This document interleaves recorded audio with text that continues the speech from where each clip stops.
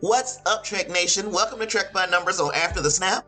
I'm Tasha Pierce, and we are continuing our recaps for all of Star Trek Season 5, Episode 1s. Last week, we talked about the Klingon Civil War and TNG's Redemption Part 2. This week, we're headed to DS9. If you're prepared to chop up Deep Space Nine Season 5, Episode 1, let's go. So, in the first episode of Season 5 of Star Trek Deep Space Nine, Sisko and his crew have this crucial mission to expose a changeling that's pretending to be Chancellor Gowron. This imposter is stirring up conflict between the Federation and the Klingon Empire. And the Klingons have been completely fooled by the changeling's trickery, so it's up to Sisko and his team to travel to Kronos and stop this foolishness before it's too late. It's definitely a high-stakes situation. The episode Apocalypse Rising was written by Ira Steven Behr and Robert Hewitt Wolf and directed by James L. Conway. It first aired on September 30th, 1996, but the star date for this episode is unknown. Odo is human. Remember, he was judged and punished for having killed another changeling, so as punishment, he was stripped of his shape-shifting abilities by the Founders and forced to take on a human form. This is the first full episode of Odo being a human, and he is in a state of deep depression. He believes his worth as an investigator, and thus a person, was tied directly to his ability to shapeshift. With the Federation and the Klingon Empire engaged in an all-out war, Sisko, Worf, O'Brien, and Odo are given a mission by the Federation of Planets. They must infiltrate a Klingon ceremony called the Order of the Batleth to gather evidence and prove that the Klingons are being manipulated by the Founders. In this episode, the writers used an old trick to change the appearance of some of the characters.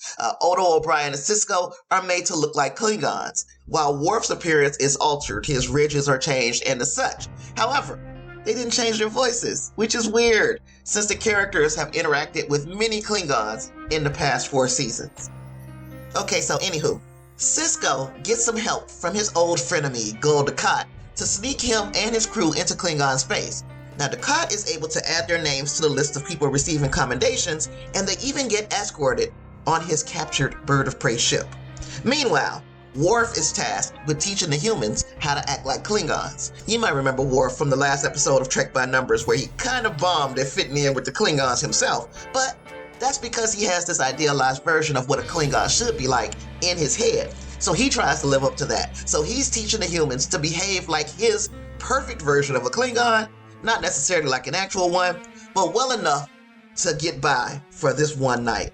So here's the plan. When they arrive at the ceremony, they'll place 4 Polaron emitters around the room and wait for Gowron to arrive. Once he's in position, they'll activate the emitters, which will force the changeling to reveal its true form. But here's the catch. They can only use this process once because the radiation from the emitters becomes deadly with repeated exposure. And then O'Brien in this episode says what I was thinking. So let me get this straight.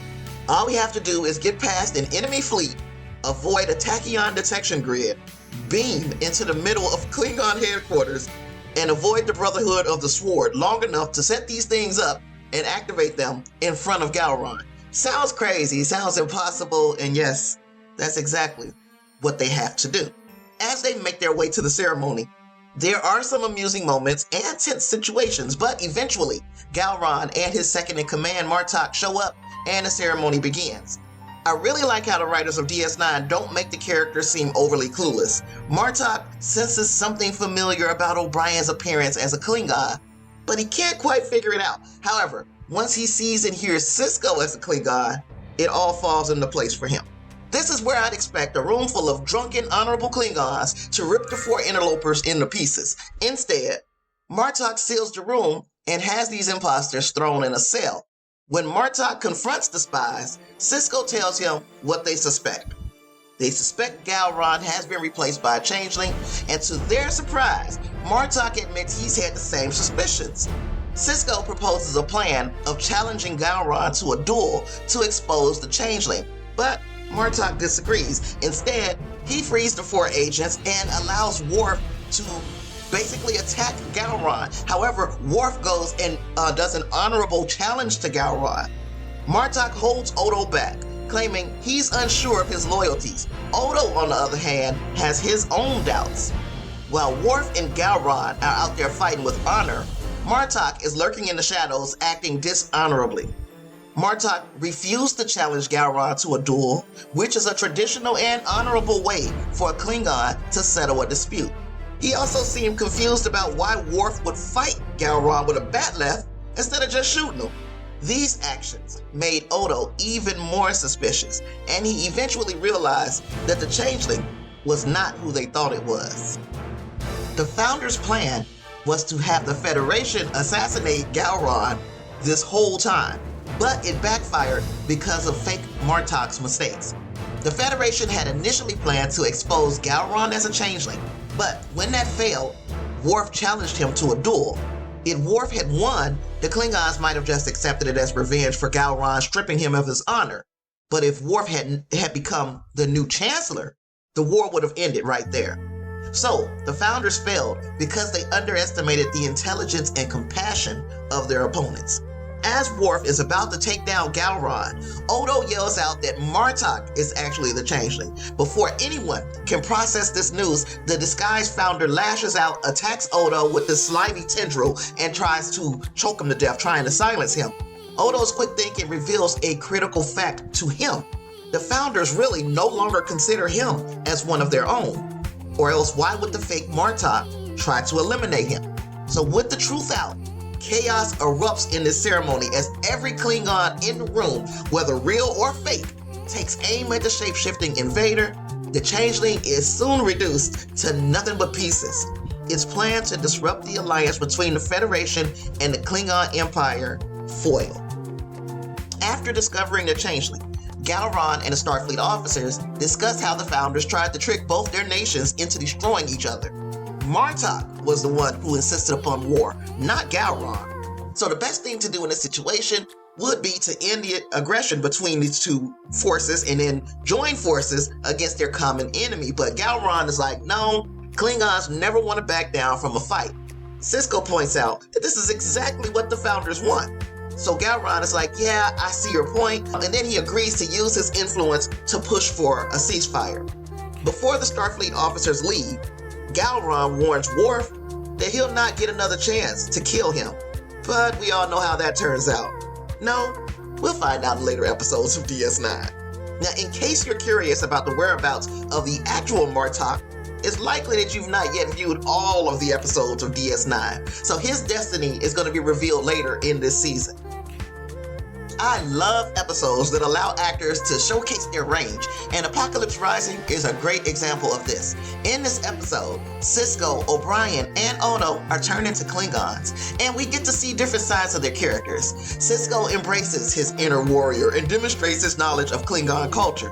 O'Brien, on the other hand, is more timid than usual, and Odo is still struggling with not being able to shapeshift. We see a remarkable turn in his personality from the opening scenes until the closing scenes. Odo does a full 180 in this episode. And despite all of his doubts, he uses his investigative skills to uncover the changeling. Meanwhile, Gul Dukat provides some comic relief with his one-liners about the crew's transformation. He also learns of Kira's pregnancy and is shocked to discover that Miles O'Brien is the father.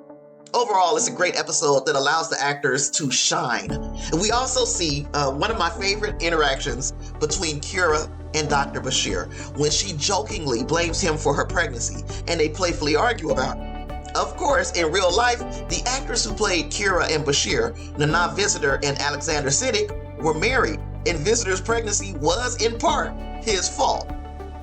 Apocalypse Rising also highlights the manipulative and scheming nature of the Founders.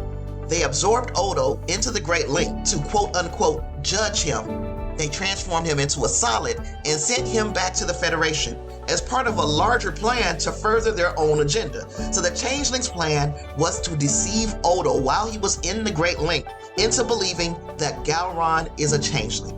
This would cause the Federation to kill Gowron, even though he's not a changeling. This would remove an adequate leader from the Klingons, allowing the changeling posing as Martok to take over. The changeling would then push the Klingons to fight harder against the Federation, weakening both sides and making it easier for the Dominion to conquer the Alpha Quadrant. They just were playing chess when everybody else was playing checkers. This is probably how Martok recognized Klingon Sisko. He was expecting an attempt on Gowron because of the false info that had been fed to Oda. As a huge fan of DS9, it's no surprise that I really enjoyed this episode. It had a good mix of humor, suspense, and resolution. We learned that the Founders have been playing a far more strategic game than the Federation in this Cold War, and new questions were introduced, like, where the hell is Martok? And who else might be a changeling? This is exactly what kept me hooked on the series. Now, as far as ratings go, I'd give this episode an A rating. But enough about what I think. I'd like to hear what you think. If you'd like to share your thoughts on Apocalypse Rising and have your comment featured on a future episode, please leave a comment with hashtag TrekByNumbers. Our final Season 5, Episode 1 is coming from Voyager and is titled Night. In it, Voyager enters an expanse of space where no stars are visible that will take 2 years to cross. The lack of starlight causes morale issues with the crew, and Janeway questions the choices that stranded her crew far from home. I look forward to discussing that one with you and boldly going to our next set of episodes, and I do hope you will continue to join me. Do me a huge favor by liking this video. Subscribe to my tribe and turn those notifications to the on position so you won't miss Engage Live, our weekly live stream. Now, if you want to show me some more support, slide me a super thanks or become a member of the House of Tasha, like these members of the Order of the Batleth. Thanks so much for hanging out with me this week, and I will see you in the next one. Live long and prosper. Peace.